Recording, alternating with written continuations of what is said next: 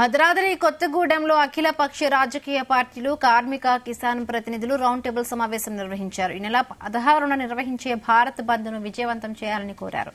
Corporate సంస్థల ఆధిపత్యంలో రైతులు కార్మికులకు అన్యాయం జరుగుతోందన్నారు. కేంద్ర విధానాలపై పోరాటానికి సన్నద్దం కావాలని పిలుపునిచ్చారు. సమావేశంలో రైతు, కార్మిక, కాంగ్రెస్, వామపక్షాలు, బీఆర్ఎస్ ప్రతినిధులు పాల్గొన్నారు.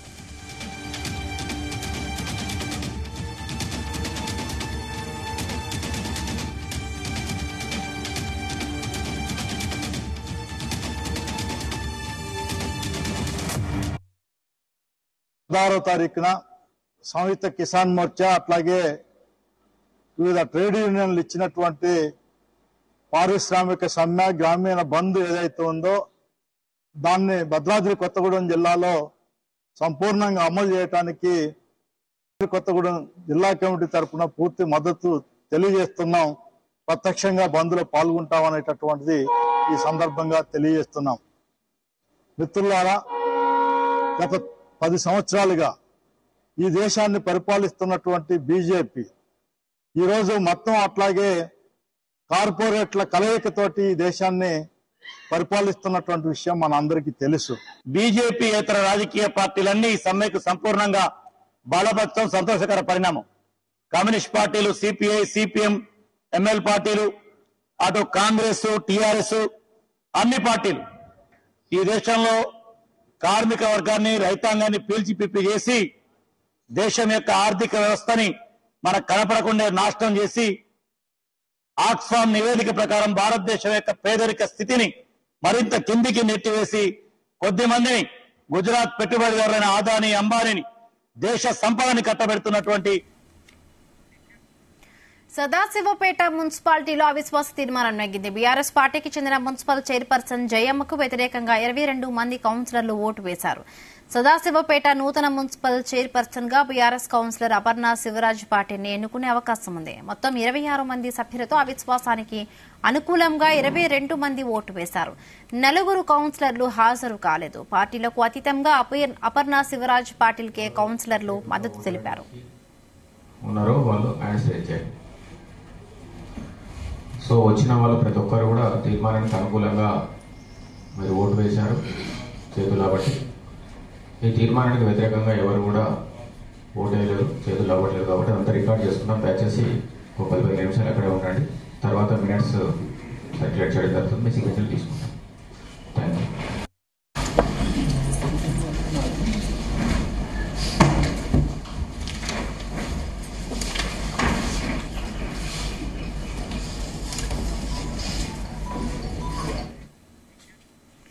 సంగారెడ్డి జిల్లాలో చైన్ స్నాచర్లు రెచ్చిపోతున్నారు. ఈ నెలలోనే ఇప్పటి వరకు 2 చైన్ స్నాచింగ్ కేసులు నమోదయ్యాయి.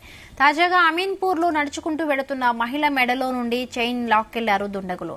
బైక్ పై వచ్చి మహిళ మెడలోని బంగారు గొలుసును లాక్కెళ్లారు. ఈ క్రమంలో ఆ మహిళ రోడ్డుపై పడిపోయింది. ఈ దృశ్యాలు సీసీటీవీ కెమెరాలో రికార్డయ్యాయి. స్థానికులు పోలీసులకు సమాచారం ఇవ్వడంతో కేసు నమోదు చేసి దర్యాప్తు చేపట్టారు.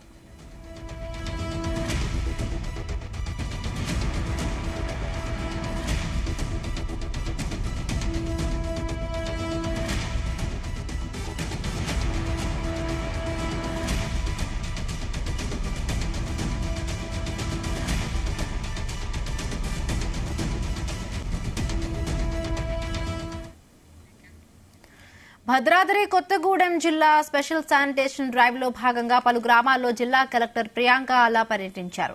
చంద్రగొండ మండలంలోని తిప్పనపల్లి, చంద్రగొండ తదితర గ్రామాల్లో వైకుంఠధామాలు, డంపింగ్ యార్డులు, రోడ్లు, డ్రైనేజీలను పరిశీలించారు. తిప్పనపల్లి గ్రామంలో శానిటేషన్ పనులపై పంచాయతీ, మండల అధికారులపై కలెక్టర్ ఆగ్రహం వ్యక్తం చేశారు. అనంతరం చంద్రగొండ జిల్లా పరిషత్ పాఠశాలను సందర్శించి విద్యార్థులతో ముచ్చటించారు. విద్యార్థులు తమకు టాయిలెట్లు మంజూరు చేయాలని కలెక్టర్ దృష్టికి తీసుకెళ్లారు.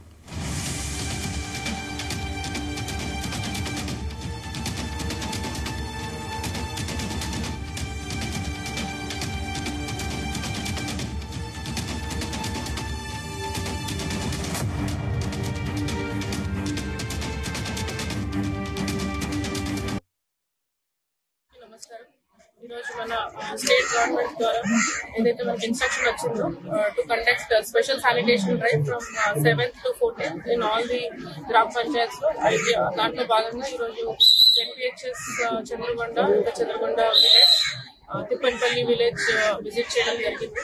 సో శానిటేషన్ డ్రైవ్ అనేది మనకి ఆల్ గ్రామ పంచాయత్స్ లో అక్కడున్న workers and all the political representatives and Panchayat secretaries ద్వారా మేము చేపడుతున్నాము. ఇప్పటి వరకు ఆల్మోస్ట్ 3 days కంప్లీట్ అయింది. ప్రతిరోజు ఒక్కొక్క ప్లేస్ ని ఎంచుకొని ఉన్నాము యాజ్ అ షెడ్యూల్ గా. సో ఈ రోజు సెగ్రిగేషన్ షెడ్స్ అండ్ వైకుంఠ ధామాలు అన్ని జీపీస్ లో కూడా శానిటేషన్ డ్రైవ్ చేపడుతున్నారు. సో నిన్న మొన్న they have conducted in all the గ్రామ పంచాయత్ విలేజెస్ లో చేశారు, ప్లస్ స్కూల్స్ లో కూడా చేశారు. అది చూడడానికి ఈ రోజు జెడ్పీహెచ్ఎస్ ఖమ్మం ప్రభుత్వ హాస్పిటల్లో పనిచేసే లాండ్రీ సర్వీస్ వర్కర్లు ఆందోళన బాటపట్టారు. గత 4 నెలలుగా తమకు వేతనాలు ఇవ్వడం లేదని ఆవేదన వ్యక్తం చేశారు. పెండింగ్ లో ఉన్న జీతాలను వెంటనే విడుదల చేయాలని డిమాండ్ చేశారు. ఈ సందర్భంగా విధులు బహిష్కరించి ఖమ్మం ప్రభుత్వ హాస్పిటల్ ఆవరణంలో నిరసన తెలిపారు. 4 నెలల వేతనాలు ఇవ్వకపోవడంతో కుటుంబ పోషణ కష్టంగా మారుతోందన్నారు. వారికి వేతనాలు పెంచాలని డిమాండ్ చేశారు. 500 పడకల హాస్పిటల్లో 10 మంది మాత్రమే పనిచేస్తున్నారని, మరికొంతమందిని వర్కర్లుగా తీసుకోవాలని కోరారు. ఎలాంటి సౌకర్యాలు లేకుండా తాము పనిచేస్తున్నామని, సమస్యలను పరిష్కరించాలని వారు ప్రభుత్వాన్ని డిమాండ్ చేస్తున్నారు.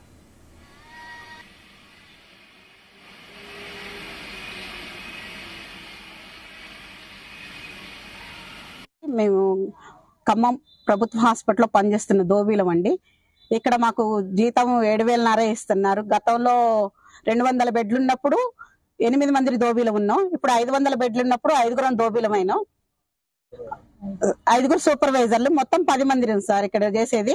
మేము కరోనా బట్టలు ఉతికినప్పుడు కూడా మమ్మల్ని ఎవరు గుర్తించలేదు. కనీసం మాకు బెడ్షీట్లు ఏరుకుంటూ తీసుకొచ్చుకున్నాం మేము కరోనా వార్డులో.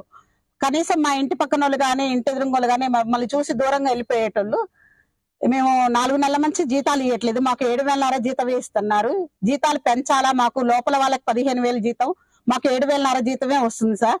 జీతాలు పెంచాలని రిక్వెస్ట్ మీద మేము గతంలో కలెక్టర్ గారిని కలిసినాం, ప్రిన్సిపల్ సార్ని కలిసినాం, సూపరింటెండెంట్ సార్ని కూడా కలిసినాం. అందరికి లెటర్లు ఇచ్చినాం సార్. మళ్ళీ మాకు కనీసం యూనిఫామ్లు కానీ బెడ్షీట్లు తెచ్చుకోవడానికి మాకు బండ్లు. భద్రాద్రి కొత్తగూడెం జిల్లా కలెక్టరేట్ ముందు ఆశా కార్యకర్తలు ధర్నా చేపట్టారు. తమ పనికి తగ్గ జీతంతో పాటు ఉద్యోగ భద్రత కల్పించాలని వారు డిమాండ్ చేశారు. 18,000 వేతనం ఇవ్వాలని, 2 నెలలుగా పెండింగ్ లో ఉన్న పారితోషికాలు ఇవ్వాలని వారు విజ్ఞప్తి చేశారు. తమ న్యాయమైన డిమాండ్లను పరిష్కరించాలని వారు కోరారు.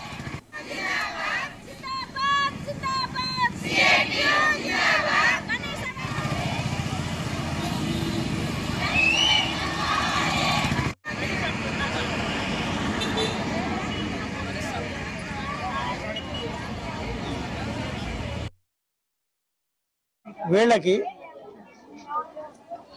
పారితోషికాలు అనే పేరు మీద పారితోషికాలు లేని పనులు అనేకం చెప్పుకుంటా పారితోషికాలు 9,750 రూపాయలు ఇస్తామని చెప్పి 2,000 నుంచి 3,000 రూపాయలు కూడా ఇవాళ ఆశా వర్కర్లకు వస్తున్న పరిస్థితి కనపడుతుంది. అందుకని చెప్పేసి మేము ఫిక్స్డ్ వేతనం కావాలా, 18,000 రూపాయలు కనీస వేతనం కావాలని చెప్పేసి డిమాండ్ చేస్తున్నాం. గత ప్రభుత్వాన్ని ఈ ప్రభుత్వాన్ని అడుగుతున్నాం. 18,000 రూపాయల జీతం కావాలి. పెండింగ్ లో ఉన్న 2 నెలల పారితోషికాలు తక్షణం విడుదల చేయాలి. లేదంటే రేపు జరిగే పల్స్ పోలియో 3వ తారీఖున జరిగే పల్స్ పోలియోని ఆశా వర్కర్లు అందరూ కూడా బాయ్కాట్ చేయడానికి సిద్ధంగా ఉన్నారు. దాంతో పాటు వీళ్ళు వేసుకునే శారీస్ ఏవైతే ఉన్నాయో వాళ్ళ డ్రెస్ కోడ్ 5 సంవత్సరాలు బట్టి డ్రెస్ కోడ్ ఇస్తున్న పరిస్థితి కనపట్టలేదు. అడిగితే ఇదిగో వస్తాయని చెప్పేసి చెప్తున్నారు. నాణ్యమైన డ్రెస్ కోడ్ తో కలిగిన చీరలు వాళ్ళకి సప్లై చేయాల్సిన అవసరం. ప్రతిదీ పారదర్శకం లేని సర్వేలు ఇస్తున్నారు. ఆ సర్వేలు కూడా టైం పెడుతున్నారు. టైం ప్రకారం చేయాలంటున్నారు. నేను గవర్నమెంట్ కోరుకునేది ఏంటంటే మాకు చేసే ప్రతి పనికి పారదర్శకం అన్న పెట్టాలి, లేదా ఫిక్స్డ్ వేతనం తక్షణమే ఫిక్స్డ్ వేతనం చేయాలని కోరుకుంటున్నాం. మేము చేసే పనులకు కూడా రికార్డులు మా సొంతంగా పెట్టుకోమంటున్నారు. రికార్డులు మేము ఏ పనికి చేస్తున్నాం రికార్డు పెడుతున్నామో ఆ రికార్డులను ఇవ్వాలని కోరుకుంటున్నాము. ఇప్పుడు ఇవాళ కలెక్టర్ ఆఫీస్ కి రావడానికి కారణం ఏంటంటే మాకు 2 నెలల నుంచి మా పారదర్శకాలు ఇవ్వట్లేదు, ఆఫ్ చేశారు. అవి తక్షణమే విడుదల చేయాలని కోరుకుంటున్నాము. వీళ్ళకి పారితోషికాలు అనే పేరు మీద పారితోషికాలు లేని పనులు అనేకం చెప్పుకుంటా పారితోషికాలు 9,750 రూపాయలు ఇస్తామని చెప్పి 2,000 నుంచి 3,000 రూపాయలు కూడా ఇవాళ ఆశా వర్కర్లకు వస్తున్న పరిస్థితి కనపడుతుంది. అందుకని చెప్పేసి మేము ఫిక్స్డ్ వేతనం కావాలా, 18,000 రూపాయలు కనీస వేతనం కావాలని చెప్పేసి డిమాండ్ చేస్తున్నాం. గత ప్రభుత్వాన్ని ఈ ప్రభుత్వాన్ని అడుగుతున్నాం. 18,000 రూపాయల జీతం కావాలి. పెండింగ్ లో ఉన్న 2 నెలల పారితోషికాలు తక్షణం విడుదల చేయాలి. లేదా మేడారం అమ్మవార్ల మొక్కులు తీర్చుకొని దర్శనం కోసం వెళ్లే భక్తులు ముందుగా వేములవాడలోని శ్రీ రాజరాజేశ్వర స్వామిని దర్శనం చేసుకుంటారు. రాజన్న దర్శనం చేసుకున్నాకే మేడారం అమ్మవార్లను దర్శించుకుని ముడుపులు చెల్లించుకుంటారు. ఇది పూర్వం నుండి వస్తున్న ఆనవాయితీ. దీంతో ముందు శివయ్యని దర్శించుకుని మేడారం వెళ్తే మంచి జరుగుతుందని భక్తుల విశ్వాసం.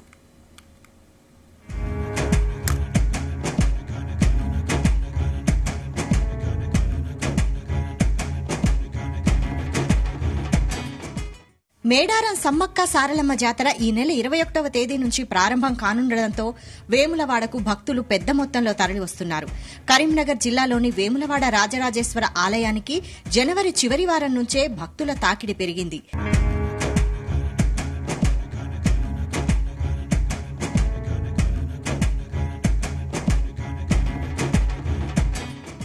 మేడారం జాతరకు ముందు వేములవాడ రాజన్నను దర్శించుకోవాలన్న సాంప్రదాయం పూర్వం నుంచి వస్తుంది. పూర్వీకులు పెద్దలు చెప్పిన కథలు, మౌలిక గాథల ఆధారంగా వేములవాడ రాజన్నను మేడారం అమ్మవారు సమ్మక్క తాతగా భావించేవారు. తాతను సమ్మక్క అపారమైన ప్రేమతో గౌరవించేది. తాత చెప్పిన మాటకు విలువనిస్తూ ఆయన చూపిన బాటలో సమ్మక్క నడుస్తూ తన కార్యక్రమాలను చేస్తుండేది.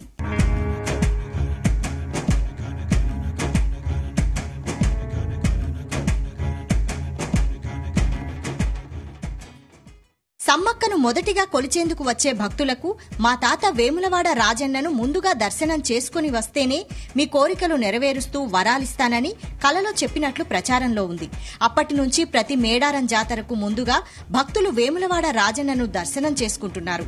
సమ్మక్కకు చెల్లించాల్సిన మొక్కులను అప్పగించేందుకు ప్రత్యేకంగా వచ్చే భక్తులు సైతం రాజన్నను దర్శనం చేసుకున్నాకే మేడారానికి వస్తుంటారు. కొన్నాళ్లుగా అందుకే వేములవాడకు భక్తుల తాకిడి తీవ్రమవుతోంది.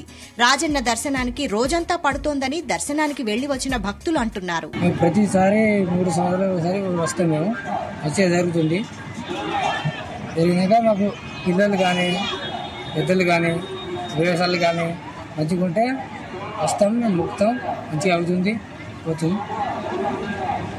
పోయినాక ఈ దర్శనం అయినాక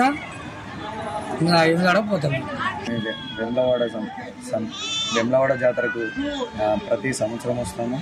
ప్లస్ మాకు ఇది ఆనవాయితీగా వస్తుంది.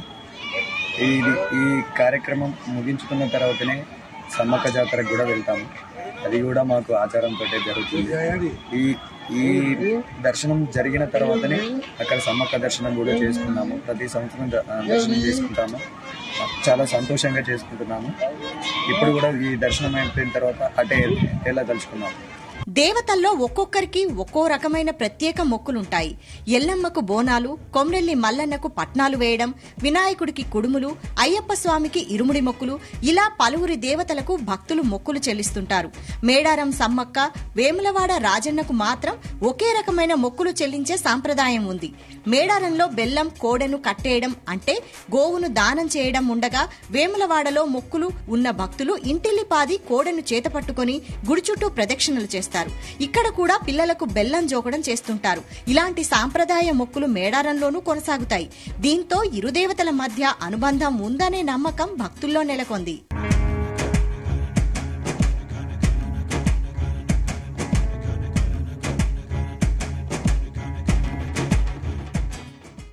ఫిబ్రవరి ప్రారంభం నుంచే జిల్లాలోని అన్ని ఆర్టీసీ డిపోలు వేములవాడకు ప్రత్యేక బస్సులను నడుపుతున్నారు. దీంతో బస్టాండ్లు ప్రయాణికులతో కిక్కిరిసిపోతున్నాయి. వనదేవతల కంటే ముందుగా తమ ఇలవేల్పు వేములవాడ రాజన్నకు మొక్కులు అప్పజెప్పాలని భక్తులు తండోపతండాలుగా తరలి వెళ్తున్నారు.